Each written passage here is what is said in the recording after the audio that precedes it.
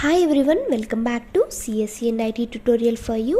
ఈరోజు వీడియోలో మనం సిలోని బేసిక్ ఇంటర్వ్యూ క్వశ్చన్స్ ఎలాంటివి ఉంటాయి, వాటికి క్వశ్చన్స్ ఎలాంటివి అడుగుతారు అండ్ వాటికి సింపుల్గా ఈజీగా ఎలా ఆన్సర్ చేయాలో ఈ వీడియోలో చూద్దాం. టాపిక్లోకి వెళ్ళే ముందు మీరు కనుక నా ఛానల్ని ఫస్ట్ టైం చూసినట్లయితే ఛానల్ని సబ్స్క్రైబ్ చేసుకోండి, వీడియోస్ని లైక్ చేయండి, అందరికీ షేర్ చేయండి. సో లేట్ చేయకుండా టాపిక్లోకి వెళ్ళిపోదాం. ఇక్కడ నేను చెప్పేవి basic and beginner level questions. Maximum ఈ క్వశ్చన్స్ అడుగుతారు. ఒకవేళ మీరు ఎక్స్పీరియన్స్డ్ అయితే మీకు వేరే అడుగుతారు. ఫ్రెషర్స్ అందరికీ కూడా ఈ టైప్ ఆఫ్ క్వశ్చన్సే అండ్ మ్యాక్సిమం ఈ క్వశ్చన్సే అడుగుతారు. ఇక్కడైతే ఓన్లీ థియరిటికల్ పార్టే నేను ఎక్స్ప్లెయిన్ చేస్తున్నాను. ప్రోగ్రామ్స్ అవి ఎలా అడుగుతారు, ఎలా ఎక్స్ప్లెయిన్ చేయాలి అనేవి మనం నెక్స్ట్ వీడియోలో చూద్దాం. ఈ వీడియోలో ఓన్లీ క్వశ్చన్ అండ్ ఆన్సర్స్ మాత్రమే చూస్తున్నాం. What are different data types in సిలో మనకి డేటా టైప్స్ ఉంటాయి. అసలు డేటా టైప్ అంటే ఏంటి, దేనికి యూజ్ చేస్తామంటే ఒక వేరియబుల్ని డిక్లేర్ చేయడానికి యూజ్ చేస్తాం. అంటే ఒక వేరియబుల్ ఉందనుకోండి, ఆ వేరియబుల్ అది ఏ టైప్కి సంబంధించింది, దాని సైజ్ ఎంతో చెప్తాం అనమాట. సో ఇక్కడ మనకి డేటా టైప్స్ అనేవి 2 టైప్స్ ఆఫ్ డేటా టైప్స్ ఉంటాయి, primitive and derived. Primitive data టైప్కి వచ్చినప్పటికీ ఇంట్, క్యారెక్టర్, ఫ్లోట్, డబుల్. ఇంట్ అంటే ఇంటీజర్, క్యారెక్టర్ అంటే క్యార్, ఫ్లోటింగ్ పాయింట్ వాల్యూస్. డబల్ అంటే పాయింట్ తర్వాత 4 కన్నా ఎక్కువ డిజిట్స్ ఉంటే దాన్ని డబల్ అంటాం. సో డెరైవ్డ్కి వచ్చినప్పటికీ array, structure, union, enum, pointer ఇవి ఉన్నాయి. So what are different data types అంటే మీరు ఏం ఆన్సర్ చేయాలి. సో ఫస్ట్ డేటా టైప్ అంటే ఏంటో చెప్తారు. ఇలా చెప్పిన తర్వాత మనకి 2 టైప్స్ ఆఫ్ డేటా టైప్స్ ఉన్నాయి. అవి ప్రిమిటివ్, డెరైవ్డ్ అని చెప్పేసి ప్రిమిటివ్లో ఏ టైప్స్ ఉన్నాయి, డెరైవ్డ్లో ఏ టైప్స్ ఉన్నాయో చెప్తారు. ఇది డేటా టైప్ కోసం అడిగినప్పుడు చెప్పాల్సిందే. అండ్ నెక్స్ట్ ఏంటి అంటే కీవర్డ్. అసలు కీవర్డ్ అంటే ఏంటి? కీవర్డ్ ఇదేంటి అంటే ఇది ఒక pre defined and reserve word. అంటే ప్రీ డిఫైన్ అంటే ప్రోగ్రామ్ని బిల్డ్ చేసేటప్పుడే కొన్ని వర్డ్స్ దానికంటూ కొన్ని వర్డ్స్ని డిజైన్ చేస్తారనమాట. సో అలాంటివే కీవర్డ్స్ అనమాట. సో ఆ కీవర్డ్స్ని మనం సింపుల్గా ప్రీ డిఫైన్ వర్డ్స్ లేదా రిజర్వ్డ్ వర్డ్స్ అని కూడా అంటాం. ఇవి నార్మల్గా కంపైలర్కి అర్థమవుతాయి అన్నమాట. ఈ టైప్ ఆఫ్ వర్డ్స్ యూజ్ చేస్తే కంపైలర్కి మనం అక్కడ మెన్షన్ చేయకపోయినా దానికి అర్థమైపోతుంది. ఈ కీవర్డ్స్ మనకి చాలా 32 ఈ కీవర్డ్స్ అయితే సిలో 32 కీవర్డ్స్ ఉన్నాయి. ఇక్కడ మీకు పక్కన టేబుల్లో కనిపిస్తుంది కదా, auto, break, case, char, continue. So ఒక వాల్యూని ఒక వేరియబుల్ని డిక్లేర్ చేసేటప్పుడు ఆ వేరియబుల్ x=10 అనుకోండి. x=10 అంటే ఆ x ఇంటీజర్ వాల్యూ కాబట్టి ఇంట్ x=10 అంటున్నాం. ఇంట్ అనగానే మనం ఇక్కడ ఇన్సర్ట్ ఇచ్చే ఇన్పుట్ ఇంట్ అని ఎప్పుడైతే x ముందు రాస్తామో అంటే దానికి కంపైలర్కి అర్థమవుతుంది అనమాట. అంటే వీళ్ళు ఒక ఇంటీజర్ని ఇన్పుట్గా ఇస్తారు అని. సో ఇంట్ అనేది ఏంటి అంటే ఇక్కడ కీవర్డ్, అది కీవర్డ్ అంటే. అండ్ నెక్స్ట్ ఏంటి అంటే వేరియబుల్. అసలు వేరియబుల్ అంటే ఏంటి? వేరియబుల్ అనేది ఏంటంటే మెమోరీలోని ఒక వాల్యూ ఏదైనా స్టోర్ చేయాలంటే దానికి ఒక నేమ్ ఉండాలి కదా, దాన్ని వేరియబుల్ అంటాం. ఇప్పుడు ఫర్ ఎగ్జాంపుల్గా మనం ఒక ఫైల్ని స్టోర్ చేయాలనుకుంటున్నాం. ఫైల్ కాకుండా మీరు ఒక రెజ్యూమ్ క్రియేట్ చేసుకున్నారు. మీ రెజ్యూమ్ని మీ ఫోన్ ఆర్ కంప్యూటర్లో స్టోర్ చేయాలనుకుంటున్నారు. ఎలా స్టోర్ చేస్తారు? దానికి ఒక నేమ్ ఇస్తారు. సో మీ నేమ్ అని చెప్పేసి మీ రెజ్యూమ్ని క్రియేట్ చేసుకుంటారు. ఎందుకు అలా క్రియేట్ చేస్తున్నారు? ఎప్పుడైనా మనకు వెతికినప్పుడు ఆ పర్టికులర్ ఏదైతే రెజ్యూమ్కి ఏ నేమ్ మెన్షన్ చేసామో ఆ నేమ్తో వెతికితే మనకి దొరకడానికి అని చెప్పేసి ఆ నేమ్తో సేవ్ చేస్తున్నాం. సో అలానే వేరియబుల్ని కూడా మెమొరీలోని ఒక నేమ్తో సేవ్ చేస్తాం. అలాగే వేరియబుల్ని కూడా మెమొరీలో ఒక నేమ్తో సేవ్ చేస్తాం. ఆ నేమ్నే సింపుల్గా వేరియబుల్ అంటాం. ఓకేనా? వేరియబుల్ అంటే ఏంటో అర్థమైంది. ఇక్కడ మీకు పక్కన డయాగ్రామ్ చూడండి. ర్యామ్ అనేది ఏంటి అంటే మెమొరీ. ఏజ్ అనేది ఒక వేరియబుల్ నేమ్ అనమాట. ఏజ్లో వాల్యూ ఇస్తాం. ఏజ్ =21 అన్నాం అనుకో.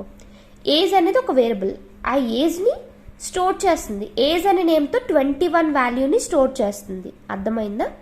ఇది వేరియబుల్ అంటే. నెక్స్ట్ ఏంటి అంటే ఐడెంటిఫైయర్. ఐడెంటిఫైయర్ అనేది ఏంటంటే ఇది వేరియబుల్స్లోని అంటే నేమ్ వేరియబుల్కి ఇస్తాం కదా ఒక నేమ్. ఇప్పుడు ఏజ్ =21 అన్నాం. ఏజ్ అనేది ఏంటి అంటే అది వేరియబుల్. దానికి ఒక 21కి ఒక నేమ్ ఇచ్చాం కదా, ఆ నేమ్ని ఐడెంటిఫైయర్ అంటాం. సింపుల్గా ఇక్కడ మనం వేరియబుల్స్ని ఐడెంటిఫైయర్స్ అని కూడా అంటాం. ఆ వేరియబుల్కి ఇచ్చిన నేమ్ని మనం ఐడెంటిఫైయర్ అంటాం. ఫర్ ఎగ్జాంపుల్ ఇంట్ రోల్ నెంబర్ అన్నాం. రోల్ నెంబర్ అనేది ఏంటి? ఇంటీజర్స్లో ఉంటుంది. సో ఆ రోల్ నెంబర్ అనేది ఏంటంటే అదొక ఐడెంటిఫైయర్. ఓకేనా? ఇలా ఐడెంటిఫైయర్స్ అనేవి ఎప్పుడు యూనిక్గా ఉండాలి. ఒకేలాంటి ఐడెంటిఫైయర్స్ తీసుకోకూడదు. ఒకేలాంటి వేరియబుల్స్ని డేటాలో స్టోర్ చేస్తే ఏమవుతుందంటే రెండిట్లో ఏది స్టోర్ చేసుకోవాలో తెలియక కంపైలర్కి కన్ఫ్యూజన్ వస్తుంది. సో ఒకలాంటి యూనిక్గా ఉండాలి ఐడెంటిఫైయర్ నేమ్స్ అనేవి. నెక్స్ట్ క్వశ్చన్ ఏంటి అంటే కాన్స్టెంట్. కాన్స్టెంట్ అంటే ఏంటి అంటే అది ఎప్పటికీ మారదు. సో ఇక్కడ మనం ఒక వాల్యూని ఎప్పుడైనా డిఫైన్ చేసామంటే అది ఎప్పటికీ మారదు, కాబట్టి constant value is that cannot be changed in the program execution. So ఈ పర్టికులర్ లైన్ని మెన్షన్ చేయాలి. ఇక్కడ నేను మ్యాక్సిమం మీరు ఏదైతే చెప్పాలో దాన్ని మాత్రమే షీట్లో మెన్షన్ చేశాను. సో మీరు అది ఫాలో అయితే మీకు సరిపోతుంది. దీన్ని ఫాలో అయ్యి మీరు నోట్స్ ప్రిపేర్ చేసుకోండి. నేను ఎక్స్ప్లెనేషన్ అయితే ఇస్తున్నాను కదా, మీకు సరిపోతుంది. సో కాన్స్టెంట్ అంటే ఏంటో అర్థమైంది. దీని ఎగ్జాంపుల్ చూద్దాం. కాన్స్ట్ ఇంట్ x ఈక్వల్స్ టు 10 అన్నాం. ఈ కాన్స్ట్ అనేది ఏంటి అంటే కీవర్డ్. ఇంట్ అనేది ఏంటంటే మనం ఆ ఎక్స్ అనేది ఏ టైప్కి సంబంధించిన డేటా ఇస్తున్నామో ఇంటీజర్ కాబట్టి ఇంట్ అని ఇచ్చాం. ఎక్స్ అనేది ఏంటంటే వేరియబుల్ నేమ్. 10 అనేది ఏంటంటే అది ఒక కాన్స్టెంట్ వాల్యూ. ఇది కాన్స్టెంట్ అంటే. అండ్ నెక్స్ట్ ఏంటి అంటే బ్రేక్ స్టేట్మెంట్. బ్రేక్ అనేది ఎప్పుడు వాడతాం? నార్మల్గా బ్రేక్ అనగానే మీకు అర్థం అవ్వాలి, ఆగడానికి యూజ్ చేస్తాం బ్రేక్. సో ఇక్కడ కూడా ప్రోగ్రామ్ ఎగ్జిక్యూషన్ అనేది జరుగుతున్నప్పుడు సడన్గా మనకు అక్కడ ఆ పర్టికులర్ పార్ట్కి ఆ కండిషన్ ఓకే అయింది అంటే మనకు అక్కడ ఆగాలి అనుకోండి, అప్పుడు బ్రేక్ స్టేట్మెంట్ని యూజ్ చేస్తాం. ఇక్కడ చూడండి, నార్మల్గా when break statement is used inside the లూప్లో మాత్రమే యూజ్ చేస్తాం. లూప్ నుంచి బయటికి రావాలి అంటే, టెర్మినేట్ అవ్వాలి అంటే అప్పుడు బ్రేక్ స్టేట్మెంట్ని యూజ్ చేస్తాం. ఇక్కడ మీకు డయాగ్రామ్లో చూసుకున్నట్లయితే కోడ్ అనేది కండిషన్ ఇస్తారు. కండిషన్ ఓకే అయితే, ట్రూ అయితే మళ్ళీ కండిషన్లోకి వెళ్ళి అలా లూప్ ఫామ్ అవుతుంది. మనకి ఫాల్స్ అవ్వాలి, బయటకు వచ్చేయాలి. అప్పుడు ఏం చేస్తుందంటే కండిషన్ ఫాల్స్ అయితే బ్రేక్ అయ్యి బయటకు వచ్చేస్తుంది. ఈ విధంగా బ్రేక్ స్టేట్మెంట్ అనేది యూజ్ అవుతుంది. అంటే లూప్ని టర్మినేట్ చేయడానికి బ్రేక్ స్టేట్మెంట్ని యూజ్ చేస్తాం. అండ్ నెక్స్ట్ ఏంటి అంటే కంటిన్యూ.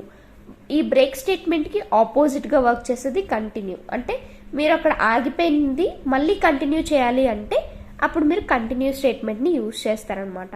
ఈ కంటిన్యూ స్టేట్మెంట్ అనేది ప్రోగ్రామ్ కంట్రోల్ని మళ్ళీ నెక్స్ట్ ఇటరేషన్ అంటే నెక్స్ట్ మళ్ళీ లూప్ అనేది మళ్ళీ రన్ అయ్యేటట్టు చేస్తుంది అనమాట. ఇప్పుడు కండిషన్ ట్రూ అయితే పైకి వెళ్తుంది, మళ్ళీ కంటిన్యూ క్లిక్ చేసి బయటికి రాకుండా మనకి కండిషన్ లోపలికే వెళ్తుంది. ప్రీవియస్ దాంట్లో చూసుకున్నట్లయితే మనకి బయటకు వచ్చేస్తుంది లూప్ అనేది. ఇది మాత్రం మళ్ళీ కండిషన్లోకి వెళ్తుంది. ఇది కంటిన్యూ స్టేట్మెంట్. అండ్ నెక్స్ట్ ఏంటి అంటే go to statement. Go to ఒక స్టేట్మెంట్ నుంచి ఇంకో స్టేట్మెంట్లోకి వెళ్ళాలి అంటే మనం గో టు స్టేట్మెంట్ని యూజ్ చేస్తాం సిలో. ఓకేనా? ఇక్కడ చూడండి, this go to statement can be use to jump one statement to another statement. ఓకేనా? ఆ పర్టికులర్ ఫంక్షన్లోనే ఒక స్టేట్మెంట్ నుంచి ఇంకో స్టేట్మెంట్కి మూవ్ అవ్వడానికి ఈ గో టు స్టేట్మెంట్ని యూజ్ చేస్తాం. అండ్ నెక్స్ట్ ఏంటి అంటే ఫంక్షన్. ఈ ఫంక్షన్ అనేది ఏంటంటే ఇది ఒక కోడ్. ఆ ఫంక్షన్ లోపల ఒక కోడ్ రాస్తాం. ఆ ఫంక్షన్ని ఆ ఫంక్షన్ లోపల రాసిన ఆ లాజిక్ని మనం ప్రతిసారి ప్రోగ్రామ్ అంతా రాయకుండా సింపుల్గా దాన్ని ఒక దగ్గర రాసి ప్రతిసారి దాన్ని కాల్ చేసుకుంటాం అనమాట. అందుకు ఫంక్షన్ని యూజ్ చేస్తాం. ఓకేనా? సో ఇక్కడ చూడండి, function is a black of code which runs when it call అయినప్పుడు అది రన్ అవుతుంది ఆ పర్టికులర్ కోడ్. దాన్ని ఫంక్షన్ అంటాం. సైడ్ మీకు ఒక ఎగ్జాంపుల్ కనిపిస్తుంది కదా, వాయిడ్ ఫంక్షన్ నేమ్ ఇస్తారు. ఫంక్షన్ నేమ్ అని చెప్పేసి దాని లోపల కొంత కోడ్ ఇస్తారు. అండ్ ఇప్పుడు దాన్ని వేరే దగ్గర లోపల మెయిన్ ఫంక్షన్లో కాల్ చేసుకుంటున్నారు. చూడండి, ఫంక్షన్ నేమ్ అని చెప్పేసి. ఫంక్షన్ నేమ్ ఇక్కడ ఫంక్షన్ నేమ్ అని ఇచ్చేసి అండ్ బ్రేసెస్ ఇచ్చాం కదా, ఇక్కడ నుంచి పైకి కాల్ అవుతుంది అనమాట. సో ఎప్పుడైతే ఇలా వాడామో పైన ఉన్న కోడ్ అంతా ఎగ్జిక్యూట్ అవుతుంది. ఇది ఫంక్షన్ యొక్క యూజ్. అసలు డెఫినేషన్ మీరు చదువుకుంటే సరిపోతుంది మీకు అర్థం అవడానికి. డయాగ్రామ్ అక్కడ ఎక్స్ప్లెనేషన్ కూడా మీరు డయాగ్రామ్తో ఇవ్వచ్చు. అండ్ నెక్స్ట్ ఏంటంటే ఈ ఫంక్షన్స్ మనకి 2 టైప్స్ ఆఫ్ ఫంక్షన్స్ ఉన్నాయి. Predefine functions, user define functions. అసలు ప్రీడిఫైన్ ఫంక్షన్ అంటే ఏంటి? ఈ predefine function built in function అంటాం, లైబ్రరీ ఫంక్షన్ అంటాం, ఇలా చాలా అంటాం. సో ఇప్పుడు ప్రీడిఫైన్ ఫంక్షన్ అనేది ఏంటంటే సిస్టమ్ కొన్ని ఫంక్షన్స్ని ప్రొవైడ్ చేస్తుంది. ఓకేనా? ఆ ఫంక్షన్స్ ఈ యూసేజ్ అనేది కూడా సిస్టమ్ అనేది ప్రొవైడ్ చేస్తుంది. ఇప్పుడు స్కాన్ఎఫ్ స్టేట్మెంట్ ఉందనుకోండి, ఓన్లీ అది ఇన్పుట్ని రీడ్ చేయడానికి యూజ్ అవుతుంది. అదే ప్రింట్ఎఫ్ ఉందనుకోండి, ఓన్లీ అవుట్పుట్ని డిస్ప్లే చేయడానికి యూజ్ అవుతుంది. ఈ స్టేట్మెంట్స్ ఏవైతే ఫంక్షన్స్ ఉన్నాయో, స్కాన్ఎఫ్ కానీ ప్రింట్ఎఫ్ కానీ ఇలాంటివి చాలా ఉంటాయి మనకి ఫంక్షన్స్. ఈ ఫంక్షన్స్ని సిస్టమే ఆల్రెడీ ముందుగా ప్రొవైడ్ చేస్తుంది అనమాట. అండ్ దానిలో కూడా లైబ్రరీలో స్టోర్ చేస్తుంది. ఈ విధంగా ప్రీడిఫైన్ ఫంక్షన్స్ని యూజ్ చేస్తాం. దీనికి ఎగ్జాంపుల్ ఏంటంటే స్కాన్ఎఫ్, ప్రింట్ఎఫ్. సో మీకు ఇక్కడ ఏం లేదు, మీరు ఏం చేస్తారంటే కింద నేను రాసిన కంటెంట్ చదువుకుంటే మీకు సరిపోతుంది. నేను ఎక్స్ప్లెనేషన్ ఇస్తున్నాను కదా, సో ఆ ఎక్స్ప్లెనేషన్ బట్టి కింద కంటెంట్ చూస్తే మీకు అర్థమైపోతుంది. అండ్ నెక్స్ట్ ఏంటి అంటే యూజర్ డిఫైన్ ఫంక్షన్. ఇక్కడ యూజర్ డిఫైన్ చేస్తాడు కాబట్టి దాన్ని యూజర్ డిఫైన్ ఫంక్షన్ అంటున్నాం. నార్మల్గా సి ఏం చేస్తుందంటే ప్రోగ్రామర్స్ వాళ్ళంతటి ఓన్గా ఫంక్షన్స్ని డిజైన్ చేసుకునే ఆప్షన్ కూడా మనకి సిలో ఉంది. సో ఎవరైతే యూజర్ ఓన్గా ఫంక్షన్ డిఫైన్ చేస్తాడో దాన్ని యూజర్ డిఫైన్ ఫంక్షన్ అంటాం. ఈ యూజర్ డిఫైన్ ఫంక్షన్ ప్రొసీజర్లో మనకి 3 కాన్సెప్ట్స్ ఉంటాయి, 3 కాంపనెంట్స్ ఉన్నాయి మెయిన్లీ. అవి ఏంటి అంటే, ఒకటి ఫంక్షన్ డిక్లరేషన్, ఫంక్షన్ డిక్లేర్ చేసుకోవాలి, ఆ ఫంక్షన్కి డెఫినేషన్ ఉంటుంది, ఫంక్షన్ కాల్. ఈ 3 స్టెప్స్ని ఫాలో అవుతాం. అండ్ నెక్స్ట్ ఏంటి అంటే రికర్షన్. రికర్షన్ అనేది ఏంటంటే దాన్ని రికర్షన్ అంటాం. ఇక చూడండి, టూ స్టేట్మెంట్స్ ఇచ్చినాయి. Function that call it self is known as recursive function. So ఇక్కడ మనకి పక్కన డయాగ్రామ్ చూసుకుంటే వాయిడ్ రికర్స్ అన్నాం, మళ్ళీ దాని లోపలే రికర్స్ యూజ్ చేస్తాం, మళ్ళీ దాని లోపలే రికర్స్ యూజ్ చేస్తాం. అది రికర్షన్ అనమాట. దాని లోపలే అలా యూజ్ చేస్తే కాల్ ఇట్ సెల్ఫ్ దానికి అదే కాల్ చేసుకుంటుంది. సో అలాంటప్పుడు దాన్ని రికర్షన్ అంటాం. అండ్ నెక్స్ట్ వన్ ఏంటి, difference between parameters and arguments. Arguments అనేది ఏంటంటే, ఇప్పుడు ఒక వేరియబుల్ ఉందనుకోండి, ఆ వేరియబుల్ని ఫంక్షన్ లోపల యూజ్ చేస్తాం. ఆ ఫంక్షన్ అనేది ఎక్కడి నుంచి అంటే కాలింగ్ ఫంక్షన్ లోపల యూజ్ చేసిన దాన్ని అక్కడి నుంచి రిసీవింగ్ ఫంక్షన్లోకి వాల్యూని సెండ్ చేస్తుంది అనమాట. అలాంటప్పుడు కాలింగ్ ఫంక్షన్ నుంచి రిసీవింగ్ ఫంక్షన్కి వాల్యూని సెండ్ చేసిన దాన్ని ఆర్గ్యుమెంట్స్ అంటాం. డైరెక్ట్గా మనము ఒక ఫంక్షన్లోనే డిఫైన్ చేసుకుంటే వాటిని పారామీటర్స్ అంటాం. ఒక దాని నుంచి ఇంకో దానికి పంపిస్తే ఆర్గ్యుమెంట్స్, ఆల్రెడీ డైరెక్ట్గా మనం అందులో ఫంక్షన్ లోపలే డిఫైన్ చేసుకుంటే వాటిని పారామీటర్స్ అంటాం. ఈ ఆర్గ్యుమెంట్స్ని మెయిన్లీ దేనికి యూజ్ చేస్తామంటే, కాలింగ్ ఫంక్షన్ నుంచి రిసీవింగ్ ఫంక్షన్లోకి వాల్యూస్ని ట్రాన్స్ఫర్ చేయడానికి మెయిన్లీ యూజ్ చేస్తాం. అదే పారామీటర్స్ని దేనికి యూజ్ చేస్తామంటే, ఆర్గ్యుమెంట్స్ నుంచి వాల్యూస్ తెచ్చుకోవడానికి ఫంక్షన్ డిక్లరేషన్లో యూజ్ చేస్తాం అనమాట. ఓకేనా? కాలింగ్ ఫంక్షన్లో యూజ్ చేసేవి ఆర్గ్యుమెంట్స్, రిసీవింగ్ ఫంక్షన్లో ఉన్నవి పారామీటర్స్. ఇలా గుర్తుపెట్టుకుంటే మీకు సరిపోతుంది. అండ్ ఎక్కువ డిఫరెన్సెస్ అక్కర్లేదు, ఈ విధంగా చెప్తే సరిపోతుంది. అండ్ ఒకవేళ మీకు కావాలి అంటే ఇక్కడ ఉన్న షీట్ ఫాలో అవ్వండి. అండ్ నెక్స్ట్ ఏంటి అంటే స్టోరేజ్ క్లాసెస్. స్టోరేజ్ క్లాస్ అనేది ఏంటంటే, మీరు నార్మల్గా ఒక వేరియబుల్ డిక్లేర్ చేస్తారు అనుకోండి, ఆ వేరియబుల్ అనేది ప్రోగ్రాంలో ఎంతసేపు ఉండాలి, ఎంతసేపు కనిపించాలి, దాని విజిబిలిటీ ఏంటి అనేది చెప్పేది స్టోరేజ్ క్లాస్. మీకు ఇంకా డీటెయిల్గా చెప్పాలంటే, ఇప్పుడు ఒక వేరియబుల్ డిక్లేర్ చేశారు, అది గ్లోబల్గా ఉండాలా అంటే ప్రోగ్రామ్ అంతటికి అదే వేరియబుల్ ఉండాలా, లేదంటే ఆ పర్టికులర్ ఫంక్షన్లో మాత్రమే ఉండాలా అనేది డిసైడ్ చేసేది స్టోరేజ్ క్లాస్. ఈ స్టోరేజ్ క్లాసెస్ మనకి 4 టైప్స్ ఉన్నాయి: ఆటో, స్టాటిక్, రిజిస్టర్, ఎక్స్టర్నల్. ఇప్పుడు స్కోప్ చూసుకున్నట్లయితే ఆటోకి, స్టాటిక్కి, రిజిస్టర్కి లోకల్గా ఉంటుంది, ఎక్స్టర్నల్కి మాత్రమే గ్లోబల్గా ఉంటుంది. అండ్ వీటి లైఫ్ టైం ఎలా ఉంటుంది అంటే, ఆటోకి అయితే బ్లాక్ ఎండ్ అయ్యే వరకు ఉంటుంది, స్టాటిక్ అయితే ప్రోగ్రామ్ ఎండ్ అయ్యే వరకు ఉంటుంది, రిజిస్టర్ అయితే ఆ పర్టికులర్ బ్లాక్ ఎండ్ అయినంత వరకు ఉంటుంది, ఎక్స్టర్నల్ అయితే మొత్తం ప్రోగ్రామ్ ఎండ్ అయ్యే వరకు ఆ వాల్యూ అలానే ఉంటుంది. ఆటోకి ఇనీషియల్ వాల్యూ ఏంటి అంటే గార్బేజ్ వాల్యూ. ఆటోకి, ఎక్స్టర్నల్కి ఇనీషియల్ వాల్యూ గార్బేజ్ వాల్యూ తీసుకుంటుంది. స్టాటిక్కి, రిజిస్టర్కి 0 తీసుకుంటుంది. ఆటోని మెయిన్లీ ఎక్కడ యూజ్ చేస్తామంటే స్టాక్లో యూజ్ చేస్తాం. స్టాటిక్ని ఎక్కడ యూజ్ చేస్తామంటే డేటా సిగ్మెంట్లో యూజ్ చేస్తాం. రిజిస్టర్ అయితే CPU రిజిస్టర్లో యూజ్ చేస్తాం. ఎక్స్టర్నల్ కూడా డేటా సిగ్మెంట్లో యూజ్ చేస్తాం. ఇవి స్టోరేజ్ క్లాసెస్. అసలు ఆటో కీవర్డ్ కోసం తెలుసుకుందాం. ఆటో అనేది ఏంటంటే ఇది ఒక స్టోరేజ్ క్లాస్, లేదంటే ఒక కీవర్డ్ అనమాట. ఇది దేనికి యూజ్ చేస్తామంటే లోకల్ వేరియబుల్ని డిక్లేర్ చేయడానికి యూజ్ చేస్తాం. లోకల్ వేరియబుల్ అంటే పర్టికులర్ ఫంక్షన్ లోపల ఒక వేరియబుల్ని డిక్లేర్ చేసుకుంటే దాన్ని లోకల్ వేరియబుల్ అంటాం. ఆ వేరియబుల్ ఫంక్షన్ లోపల డిక్లేర్ చేసాం కాబట్టి దాని వాల్యూ ఆ పర్టికులర్ ఫంక్షన్లోనే వర్క్ అవుతుంది. సో ఆ లోపల మాత్రమే వర్క్ అవ్వడానికి మనం ఆటో అనే కీవర్డ్ ఇచ్చి డిఫైన్ చేస్తాం. ఇది ఆటో కీవర్డ్. అండ్ నెక్స్ట్ ఏంటి అంటే స్టాటిక్ కీవర్డ్. స్టాటిక్ కీవర్డ్ అనేది ఏంటంటే దానికి ఒక స్కోప్ ఉంటుంది. ఆ స్కోప్ అనేది ఒక లిమిట్ని ఫాలో అవుతుంది అనమాట. అంటే ఆ పర్టికులర్ ఫైల్లో మాత్రమే, లేదంటే ఆ పర్టికులర్ ప్రోగ్రాంలో మాత్రమే. ఆ ప్రోగ్రామ్ని వేరే దగ్గర యూజ్ చేస్తే మళ్ళీ అవ్వదు. ఓన్లీ ఆ పర్టికులర్ ప్రోగ్రాంలో మాత్రమే, లేదంటే ఓన్లీ ఆ పర్టికులర్ ఫైల్లో మాత్రమే స్టాటిక్ కీవర్డ్ అనేది అవుతుంది. దాని స్కోప్ అనేది ఆ పర్టికులర్ ప్రోగ్రామ్కి మాత్రమే ఉంటుంది. దీన్ని ఎలా డిఫైన్ చేస్తామంటే స్టాటిక్ అనే కీవర్డ్ యూజ్ చేసుకొని డిక్లేర్ చేస్తాం. అండ్ నెక్స్ట్ వన్ ఏంటి అంటే యారే. యారే అనేది దేనికి యూజ్ చేస్తామంటే ఇది ఒక కలెక్షన్ ఆఫ్ డేటా ఎలిమెంట్స్. ఒకేలాంటి డేటా ఎలిమెంట్స్ అన్నిటినీ ఒక కంటిన్యూస్ మెమొరీలోని కాంటిగ్యూస్ మెమొరీ లొకేషన్స్లో స్టోర్ చేస్తాం. దీన్ని యారే అంటాం. ఇక్కడ మీకు పక్కన డయాగ్రామ్ ఉంది కదా, ఇది చూస్తే మీకు అర్థమవుతుంది. 0, 1, 2, 3, 4, 5 ఇవేంటంటే ఇండెక్సెస్ అంటాం. So array elements. ఇప్పుడు ఫర్ ఎగ్జాంపుల్ మీ నేమ్ స్టోర్ చేయాలనుకోండి, ఫస్ట్ లెటర్ ఏమో 0లో స్టోర్ అవుతుంది, సెకండ్ లెటర్ 1లో స్టోర్ అవుతుంది, థర్డ్ లెటర్ 2లో స్టోర్ అవుతుంది, ఈ విధంగా యారేలో స్టోర్ అవుతుంది. ఇప్పుడు only same type of data ఎలిమెంట్స్ని మాత్రమే స్టోర్ చేస్తుంది. అయితే ఇంటీజర్స్ని స్టోర్ చేస్తుంది, లేదంటే క్యారెక్టర్స్ని స్టోర్ చేస్తుంది, లేదంటే ఫ్లోటింగ్ పాయింట్, ఇలా ఒకే type same type of data ఎలిమెంట్స్ని స్టోర్ చేస్తుంది. దీన్ని యారే అంటాం. నెక్స్ట్ వన్ ఏంటి అంటే మల్టీ డైమెన్షనల్ యారే.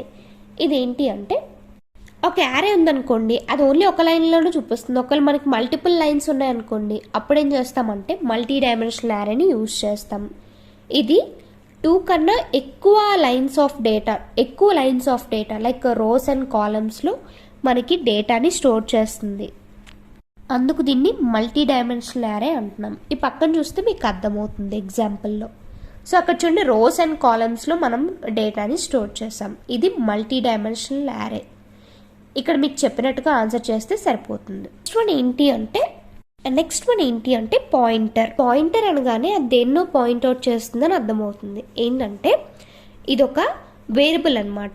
ఏం చేస్తుంది అంటే మెమొరీ అడ్రస్ని మాత్రమే సేవ్ చేసుకుంటుంది. ఓకేనా, దాన్ని మనం పాయింటర్ అని అందుకే అంటున్నాం. ఇక్కడ చూడండి పక్కన ఎగ్జాంపుల్లో దీన్ని ఇక్కడ మనం ఎప్పుడు స్టార్తో ఇండికేట్ చేస్తాం పాయింటర్ని. ఇది ఏం చేస్తుందంటే డేటా టైప్ని పాయింట్అవుట్ చేస్తుంది. For example p = of variable అన్నాం, స్టార్ p అన్నాం అనుకోండి. స్టార్ p అంటే ఏంటంటే పాయింటర్. సో ఈ పాయింటర్ ఏం చేస్తుందంటే వేరియబుల్ ఫర్ ఎగ్జాంపుల్ 5 అనుకోండి, ఆ పర్టికులర్ వేరియబుల్ యొక్క అడ్రస్ అది ఏ పర్టికులర్ అడ్రస్లో స్టోర్ అయిందో దాన్ని సేవ్ చేసుకుంటుంది. సింపుల్గా చెప్పాలి అంటే మనకి ఇప్పుడు మనం ఒక లొకేషన్లో ఫైల్ని స్టోర్ చేస్తాం, ఆ లొకేషన్ని సేవ్ చేసుకుంటుంది అనమాట. సింపుల్గా దాన్ని అడ్రస్ అంటాం. ఇక్కడ ఆ అడ్రస్ని సేవ్ చేసుకుంటుంది, అది పాయింటర్ అంటే. సో వేరియబుల్ యొక్క ఏం చేస్తుంది అంటే ఈ పాయింటర్ వేరియబుల్ అనేది ఏం చేస్తుందంటే వేరియబుల్ యొక్క మెమొరీ అడ్రస్ని స్టోర్ చేసుకుంటుంది. ఇది సింపుల్గా చెప్పాల్సిన ఆన్సర్. నెక్స్ట్ ఏంటి అంటే మనకి 4 టైప్స్ ఆఫ్ పాయింటర్స్ ఉన్నాయి. Null pointer, void pointer, wild pointer, dangling pointer. Mainly అయితే పాయింటర్స్ యొక్క టైప్స్ అనేవి అంత ఇంపార్టెంట్ కాదు. ఇంటర్వ్యూస్లో ఫ్రెషర్స్ని అయితే అంతగా అడగరు. అండ్ నెక్స్ట్ వన్ ఏంటి అంటే local variable and global variable. Local variable అనేది ఏంటంటే ఈ టైప్ ఆఫ్ వేరియబుల్స్ దాని స్కోప్ అనేది ఆ పర్టికులర్ మెథడ్ ఆ పర్టికులర్ ఫంక్షన్లో మాత్రమే ఉంటుందన్నమాట. ఆ పర్టికులర్ బ్లాక్లో మాత్రమే ఉంటుంది. బయట వేరే దగ్గర మనం ఫంక్షన్ లోపల x=20 అని ఇచ్చామనుకోండి, ఫంక్షన్ నుంచి బయటకు వచ్చిన తర్వాత x=30 అని ఇచ్చినా అది రన్ అవుతుంది.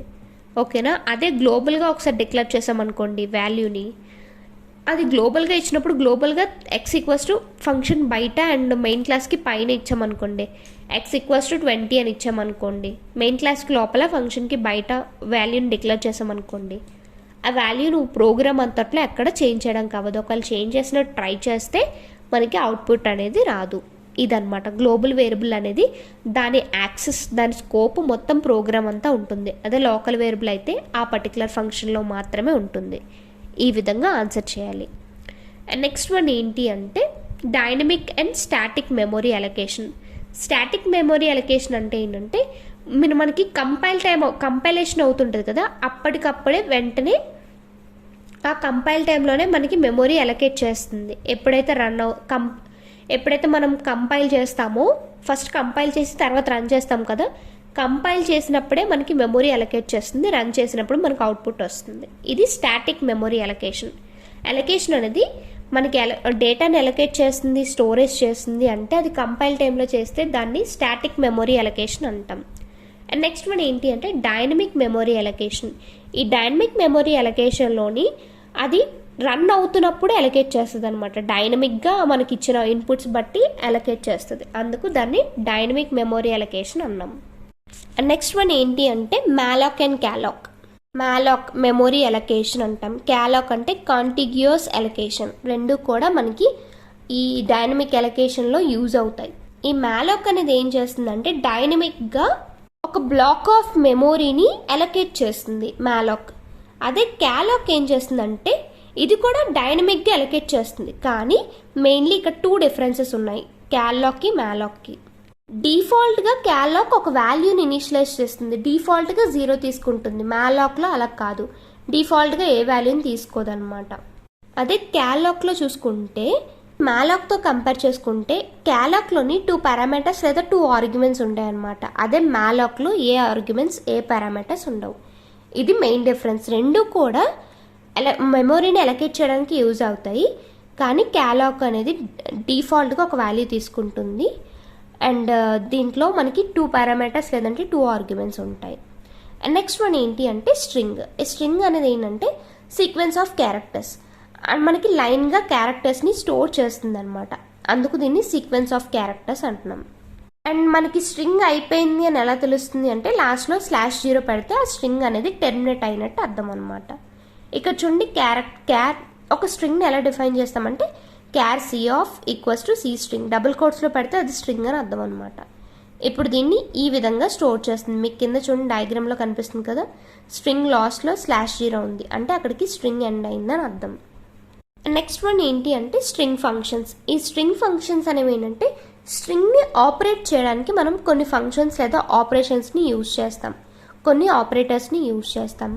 అవే మనకి స్ట్రింగ్ ఫంక్షన్స్ అనమాట. ఇవి 4 టైప్స్ ఉన్నాయి: strlen, strcpy, strcat, strcmp. ఇవేంటంటే strlen అంటే స్ట్రింగ్ యొక్క లెంత్ని క్యాలిక్యులేట్ చేస్తుంది, strcpy అంటే స్ట్రింగ్ని కాపీ చేస్తుంది, అండ్ స్ట్రింగ్ కంకాటినేషన్ అంటే టూ స్ట్రింగ్స్ని జాయిన్ చేస్తుంది, స్ట్రింగ్ సిఎంపి అంటే స్ట్రింగ్స్ని కంపేర్ చేస్తుంది. ఇవి స్ట్రింగ్ ఫంక్షన్స్. అండ్ నెక్స్ట్ ఏంటి అంటే స్ట్రక్చర్.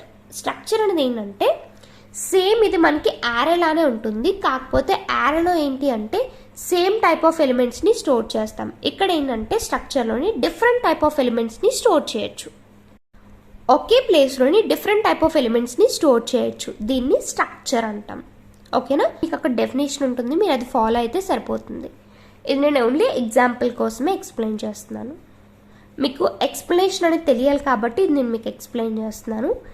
నెక్స్ట్ ఏంటి అంటే అండ్ ఇక్కడ దీనికి మనకి ఎగ్జాంపుల్లో చూసుకున్నట్లయితే క్యార్ ఎక్స్ అన్నాం, ఫ్లోట్ వై అన్నాం, రెండు వేరే వేరే డిఫరెంట్ డేటా టైప్స్ని ఒకే స్ట్రక్లో స్టోర్ చేస్తున్నాం అనమాట. ఈ విధంగా స్ట్రక్చర్ని యూజ్ చేస్తాం. అండ్ నెక్స్ట్ ఏంటి అంటే యూనియన్. యూనియన్ కూడా సేమ్ స్ట్రక్చర్ లాగే ఉంటుంది, కానీ డిఫరెన్స్ ఏంటి అంటే ఒకే మెమొరీ లొకేషన్లో స్టోర్ చేస్తుంది అనమాట. ఒకే మెమొరీ లొకేషన్లోనే స్టోర్ చేస్తుంది. నార్మల్గా ప్రీవియస్ దాంట్లో చూడండి ఎక్స్ వై వేరే వేరే ఉన్నాయి, కానీ ఇక్కడ చూసుకున్నట్లయితే ఎక్స్ అండ్ వై కలిపి ఉన్నాయి. స్ట్రక్చర్కి యూనియన్కి మెయిన్గా డిఫరెన్స్ ఏంటి అంటే రెండింటిని కలిపి స్టోర్ చేస్తే యూనియన్, వేరే వేరే మెమొరీ లొకేషన్స్లోని డిఫరెంట్ డేటా టైప్స్ని స్టోర్ చేస్తే స్ట్రక్చర్ అంటాము. యూనియన్లో ఏంటంటే వేరే వేరే డేటా టైప్స్ని, వేరే వేరే డేటా ఎలిమెంట్స్ని మనము ఒకే మెమొరీ లొకేషన్లో స్టోర్ చేస్తే దాన్ని యూనియన్ అంటాం. ఓకేనా, ఒకసారి స్ట్రక్చర్కి యూనియన్కి ఉన్న డిఫరెన్స్ మళ్ళీ చూద్దాం. స్ట్రక్చర్కి యూనియన్కి పెద్ద డిఫరెన్స్ ఏం లేదు, అక్కడ మెమొరీ అలొకేషన్లో మాత్రమే ఉంటుంది డిఫరెన్స్. అక్కడ డిఫరెంట్ మెమొరీ అలొకేట్ చేస్తుంది స్ట్రక్చర్లో, యూనియన్లోని సేమ్ మెమొరీలోనే డేటా అనేది స్టోర్ అవుతుంది.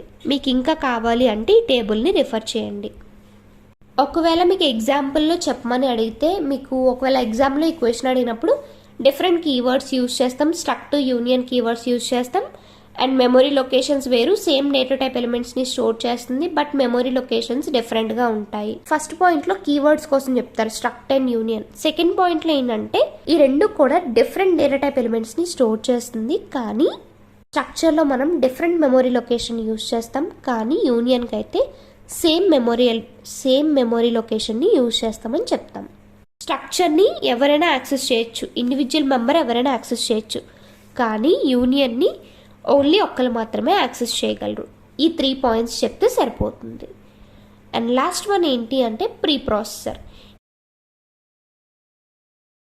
సోర్స్ కోడ్లోకి ప్రాసెస్ చేస్తుంది అనమాట, సోర్స్ కోడ్ నుంచి కంపైలేషన్కి ప్రాసెస్ చేస్తుంది, అందుకు దీన్ని ప్రీ ప్రాసెసర్ అంటాం. ఇక్కడ మనం ఎగ్జాంపుల్గా చెప్పాలంటే హ్యాష్ ఇంక్లూడ్, హ్యాష్ డిఫైన్ ఇలాంటివి యూజ్ చేస్తాం కదా, ఇవన్నీ ప్రీ ప్రాసెసర్సే. ఇప్పటి వరకు మనం మ్యాక్సిమం సిలో ప్రతి టాపిక్ని టచ్ చేస్తాం. మ్యాక్సిమం 90% ఈ క్వశ్చన్సే అడుగుతారు. రేర్ కేసెస్లో డిఫరెంట్ క్వశ్చన్స్ అడగవచ్చు. ఇప్పటి వరకు చెప్పిన దాంట్లో మీకు ఏ డౌట్ ఉన్నా కింద కామెంట్ చేయండి. Thank you for watching this video. Please do like, share, subscribe and comment. Thank you.